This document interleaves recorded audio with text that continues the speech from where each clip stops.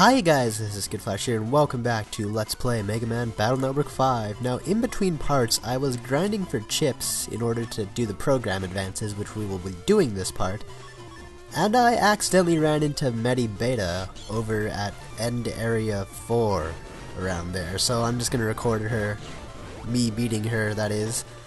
And it will be a good opportunity to talk about how this program advancing is going to go, because I suspect it's going to go by pretty fast. I'm not going to have enough time to talk about it while it's happening. But basically, program advances, we've seen some before. You have 3 chips, you use them in a specific order, and it makes a program advance, like this one, Cosmo Prism. But not all of them are always the same. Letter. Sometimes it's the actual same chip itself with 3 different letters. And to actually find chips like that, that was very, very time consuming, because, you know, obviously, when program advances are like that, there's one program advance for every single, like, tier of chips, so 1, 2, and 3, and there's 3 different kind of chips, so basically every virus will drop 2 different kinds of letters. Like, they'll drop 1 letter, and they'll drop another letter for actually S-ranking them. So in order to actually get, like, all 3 series of chips, you have to, like, kill one set of Navis to get either two of their chips or 1 of their chip, and then kill the other Navi, typically S-ranking them, to get their chip. And let me tell you, when it gets to tier 3, trying to S-rank fights in itself can be a bit of a challenge. It's hilarious. Also, it's hilarious is this folder right now is totally not geared for actually fighting like Navis. This is my liberation mission folder, so probably didn't do too well on Medi Beta, but I think I still got enough to get the DS chip, which is really the only important thing I'm looking for when doing the beta Navis. Yes, okay. Not sub 30 seconds, but I still got, level 9. That's nice. So now then, yeah, and that's where you found her, in that little crevice that you saw for those 2 seconds. Okay, so now for the program advances, we'll be doing this in sequential order. First is Cannon A, B, and C. Whenever you're doing program advances, you are allowed to use, and that did 400 damage, just like a single cannon doing 400 damage. When you are doing program advances, you are allowed to do 1 star. Use 1 star to like replace any 1 chip. Like if you don't have, in that instance, I didn't have C, so I replaced C for star. And you're allowed to do that once. And okay, again, as I've said, there's 3 of everything. Honestly, I don't really find the 3 different coded ones that's useful, because like I barely have ever like 3 codes. But I mean, 600 damage is nice, but having 3 different letters isn't. Vulcan Cannon. Vulcan Cannon's probably one of the exceptions I'd probably consider. Basically, it's a I think it's like a 23 shot cannon. As you can see, like he's there for quite a while, and it'll only get stronger and stronger when you do Infinite Vulcan 2 would be A, B, and C. The only problem with that is you're not, unlike the Silver Bullet, you can't actually soup these up using, like, attack pluses, because those are star-coded, and the thing about using multiple, like, letters of chips is star codes don't work after you use multiple letter chips. They only work if you're using, like, 1 chip, because it replicates that 1 chip letter. However, if you are playing, I mean, you can still get the full Synchrono bonus. You can still get, like, a Rage bonus. You can still get, like, a Gyroman. Yeah, you can still get a Gyroman, like, Wind bonus, maybe. I'm not too sure about Program Advances and Gyroman's bonus, but yeah. You can use Dark Chip plus 50 if you're playing the Kernel version. But I talked about that for long enough. The next set of Program Advances is the Boxer series. Again, you use the Boxers. This is where we got started into virus territory, and that's difficult. One thing to note about these set of program advances is that they will hit everything in front of you. So, like, if you use 2 area grabs, then the enemy is actually going to get attacked much more, because they'll have much less space, and the viruses, the Boxers were actually like hit more often. So that's keen and whatnot. Then Wide Shot. This works exactly like Dark Water Shot, Spray, Wide Shot or something. It shoots 3 beams doing, I think that's at 100 damage each. Or whatever, the damage always varies, but it shoots 3 beams. I'm pretty sure it goes through obstacles. Don't quote me on that though. Again, I barely ever use these. I never use these, except for actually just completing them. But they are fun. I do like the concepts of program advances. They seem really cool and badass. I mean, if you're like me, okay, so if you're like me, one bit of advice. If you're just doing these program advances for the sake of doing these program advances, I reorganized my entire folder so that I will I regulared fast gauge, so you know the gauge gets up faster in case I don't get what I want. I have full custom in there for the same purpose, and everything else besides the program advance that I want is star coded. So that way, like if they aren't the chips I want, I could just take them all out, like 5 at once. So that's nice. So that's how I went about doing that. The next series is the Spark Shaker series. Mix Shake Parade. This one, again, as it goes in the spark pattern, 3 of them. It doesn't matter where you're standing; it will always flow through the center. I think they go through enemies and then choose 3 of them. I don't think they orbit like the actual Spark Shakers do, but I don't know. Then it's Cactus Dance. This just randomly rains cactuses from the sky, or cacti from the sky. Sorry, my grammar was incorrect there. I'd imagine this would probably kill Cloudman, if I had to guess, or Magna Man even, because again, this is electrical based. Well, you could, but you couldn't use attack pluses, but you still get that double damage. I wonder if the full sync probably works in conjunction with the double damage too. So like if you had a full synchrono against a electrical Navi, you'd probably be doing like quadruple damage, or maybe, if I had to guess, probably. Who knows? I'm just thinking to myself. Next is H-Burst. I mean, it's cool, it like has this poppy little effect right there, and it looks really cool, but it's also H-Burst. Well, 3 different codes, so that's not cool. Then is Yo-Yo. I like this concept too. I was kind of disappointed it didn't have the range that I thought it did. I thought it had 3 columns worth of range, it only has 2. That's slightly lame. But whatever. Now everything's gonna, from this point on, it's gonna be the same. Instead of the same chip, is gonna be the same code. I didn't show off air hockey. I'll do that later because I forgot about that. So you've all seen Life Sword before. It's the very first one we've done. This one, Bug Bomb, Get On 3, and Anubis. Again, we didn't have Anubis until we did our latest Liberation mission, so we couldn't have done this until now. We get Poison Pharaoh. I really wish I was showing these off against like stronger Navis, because what this does is it just unleashes an incredibly fast poison on your enemies. I don't know how much health that Pharaoh has, and I think it stops, like if you're doing it against a Navi, it stops at 1,000 maybe, but still, it's some fast damage. And then Time Bomb Plus, you combine the 3 Time Bombs, and it just makes a giant Time Bomb. Does a ton of damage, you know how that is. And it has a lot of health, so it's hard to break for normal Navis too.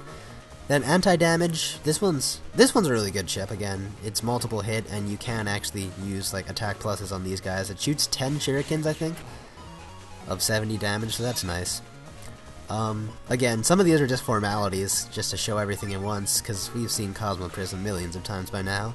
It's probably my new favorite program advance, to be perfectly honest. Like, I never used it in my first, I mean, I've only actually ever 100% of this game one other time before, but like, and that was way back when I was a kid, but I never used Cosmo Prism, and that's pretty keen. And this one too, again, you'll notice a lot of these program advances are S-coded, so S-code for the win. Wild Bird, to this day, I'm still not exactly sure what Wild Bird's range. I just consider it the first 2 columns in front of Mega Man, just to be safe. I don't know if it has a homing function, but that's just how I see it. Gridman, SP, 2 Mark Cannon Fs, Mark Cannon 2 Fs, and Football makes Football. Basically, the tile in the center gets hit 4 times. The tile adjacent to the center gets hit twice, I think, or maybe 3 times. Oh no, I think it's twice. And then the diagonal tiles get hit once. So that's nice. Big Noise, we've seen this all before. It hits 1 tile in front of you, and then there's 3 columns. Also stuns the enemy. Very, very lovely indeed. Again, that guaranteed stun is also why I like it a lot. Because guaranteed stun is always awesome. That happens so much. Oh, I think this is the last program advance, really? Oh no, the second to last. Pile Driver. It makes this giant thing in front of Mega Man, and if there's no space, if there's an unoccupied space in the back row, it also makes a second one. And I think each one does 400 damage, maybe? So, like, combined, that would do 800, I think? That's a lot of damage when I think about it. This one I missed, I had to get the air hockey. Again, finding these chips that's very difficult. Look up a guide to find stuff like that. Basically, the air hockey chip shoots an extended air hockey, which could be potentially awesome. I stopped using air hockey, but they are really good chips when they have like 2 rows of space. And they're brake chips at that. So what am I doing now? Oh, showing off that now that we've done all those program advances, when we restart, we have now yet another emblem. Now we have completed all the program advances, so now we only have 3 more thingies to get. And now we can actually unlock the door that says do all the program advances, and in it find the best prize ever, Double Point Star. Double Point Star is pretty much like color points, except twice as good. 20 plus attack for each panel you sacrifice, up to 3 panels. Meaning that doing that will give you a 60 plus attack boost, and let me tell you, that that's an awesome boost. It's fantastic. We will be using that to wreck some house on the next navies, which we have to do right now because this this prerequisite is get all the mega chips, which we don't have yet. So time to kill some navies. Starting off with Blizzard Man. For now on, I'm not going to show the beta fights anymore. I'm just going to show where the beta navies are. In this case, he'd be there, and instead just show the Omega Navis because, you know, having 2 fights is pretty eh. So one thing I discovered about Blizzard Man, a little bit too late at that, is that one really easy way of getting off his counter, because again, if you can get counters off of the enemies, you're pretty much set, is that wait for his second hit. The first hit is hard to counter, but the second hit, you know, he always does a second hit, so you know when to do it. You got the timing perfectly right. And get that counter, because when you have a counter, your options just become so big. I mean, yes, you can do all these without counters, perfectly fine. But when you do have them, like, you know, there's all this crazy stuff you get access to. Like, and let's just show the power of our newly acquired double point. So, double point and Cosmo Prism with full synchrono. I realize Cosmo Prism hits 9 times at people in the center, so each blast is 60 damage. Right? So that's 240 damage per shot times 9. Would definitely be enough to kill Blizzard Man, so that's awesome. Fantastic indeed.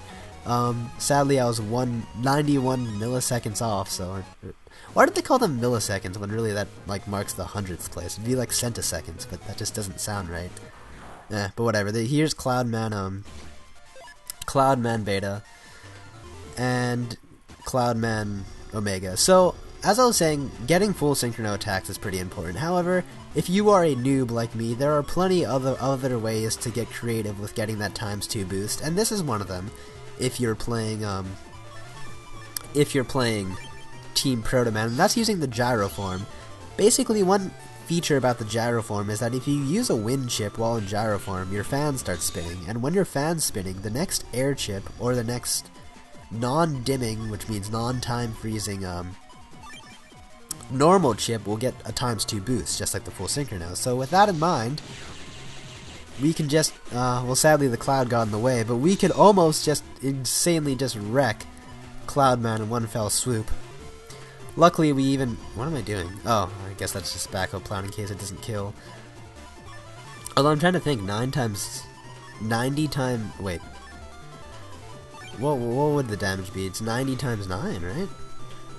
Yeah, 90 times... No, wait, no. 90 times 6, because, yeah, the entire top row isn't getting hit.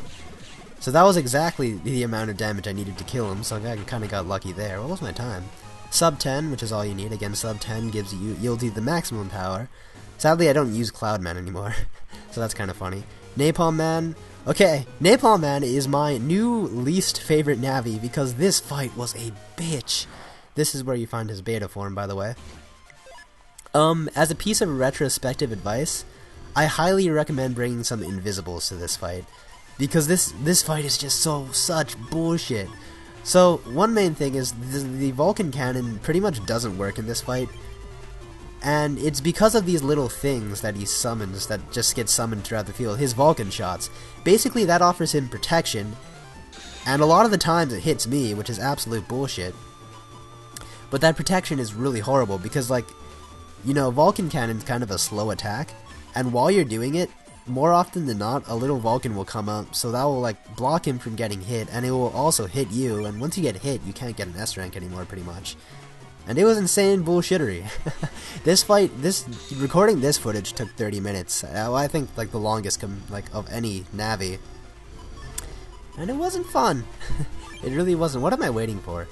I think I'm waiting for double points so I can actually just kill him in one fell swoop. Again, this wasn't the most fantabulous performance, but at this point, I was so over it. It was ridiculous. Like, I just did not care anymore.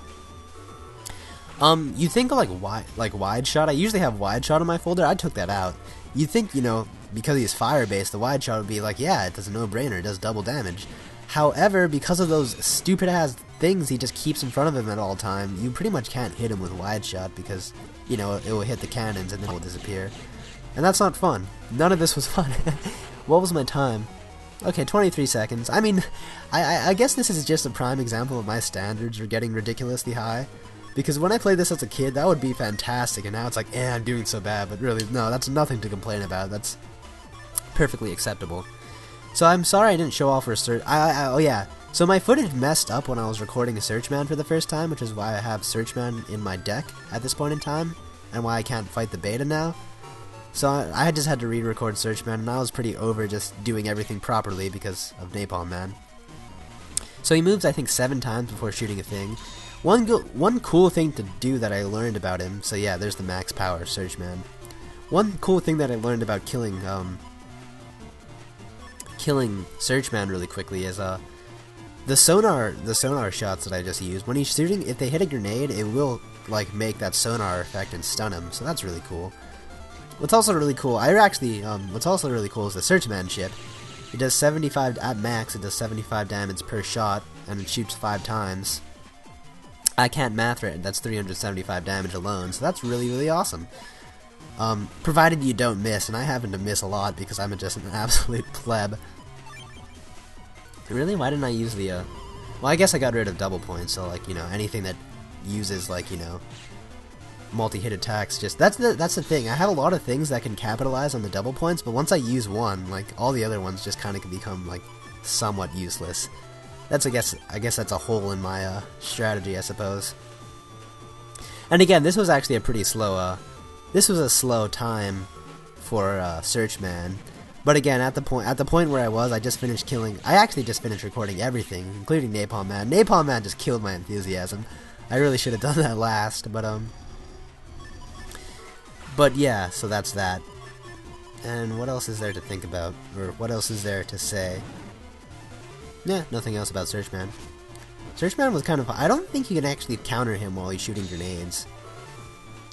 I think the full synchro counter opportunity is only when he's shooting you. Something also worth noting is that Dark Circle can still hit people when they're invisible, so I don't know what I was doing waiting. I probably just inflated my time by a good amount of seconds. So yeah, that wasn't my best time, obviously. And I did, in fact, kill him sub 10 seconds to get that maximum power Searchman, but I didn't show it, because I'm over everything. So on to Medi. Medi's kind of easy in comparison to all the bullshit I was just fighting. She moves 3 times before using a lob attack, so 1, 2, 3, lob, and that's pretty easy to counter. Also, what's kind of funny is because I feel like this is like an emulator problem, but whenever an enemy lobs an attack that goes over the screen, like, it just disappears. It fades from existence. Like, she didn't throw anything, but I'm pretty sure she was supposed to throw something. So I just find that kind of funny. So yeah, Searchman. Really good chip. I like it. Again, it's very nerve-wracking to actually get off, but with double points and whatever, like double points and attack plus 30, and well, 100 points extra of attack just increases the damage by 500. I mean, doing that in Vulcan Cannon would increase the damage by like 1200, but you know, whatever. I didn't have Vulcan Cannon at the time, and you gotta take what you can get. You know, that's how bussing these navies quickly works. I mean, yes, you could just keep on trying to all infinity, which I'm still doing anyways, but now I just have to try until less infinity. And you know, also knowing how to properly do that attack would have been cool.